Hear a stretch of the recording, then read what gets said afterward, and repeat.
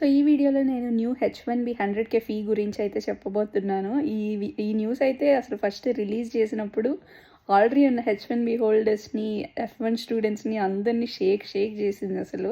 Including మీ. ఎందుకంటే obviously companies అందరూ ఒక్కొక్కళ్ళకి 100K ఫీజ్ కట్టి ఇంతమందికి H1B వేయాలంటే వాళ్ళ కంపెనీ ఆస్తులు అమ్ముకోవాలి. లక్కీగా రీసెంట్గా అయితే అప్డేట్ వచ్చేసారు. ఎందుకంటే ఈ 100K ఫీజ్ అనేది ఎవరికంటే ఓన్లీ లైక్ టు దోస్ యూఎస్కి న్యూగా ఓన్లీ H1B మీద వస్తున్నారో, లైక్ ఇండియాలో ఉండి H1B లాటరీ అప్లై చేసి వచ్చేవాళ్ళు, అలాంటి వాళ్ళకి మాత్రమే ఈ ఫీజ్ ఈజ్ అప్లికబుల్ అని.